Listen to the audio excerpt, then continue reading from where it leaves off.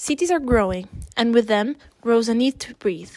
Among cars, buildings, and concrete, there is something essential we must never lose: our connection to nature.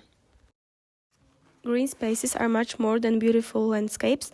They purify the air, cool the city, improve well-being, and make urban life more human. Very good. It was good? Yes. And today, new technologies are helping us plan, protect, and expand these spaces. Drones analyzing urban areas are identifying where more trees can be planted.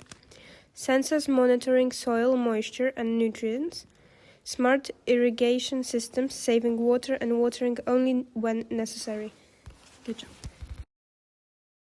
Digital tools such as 3D maps and artificial intelligence allow us to predict heat zones, plan new parks, and create green corridors connecting the whole city. Technology also brings people closer to nature. Apps showing trails, local biodiversity, and heritage trees. Platforms where citizens can report degraded areas or suggest new green spaces.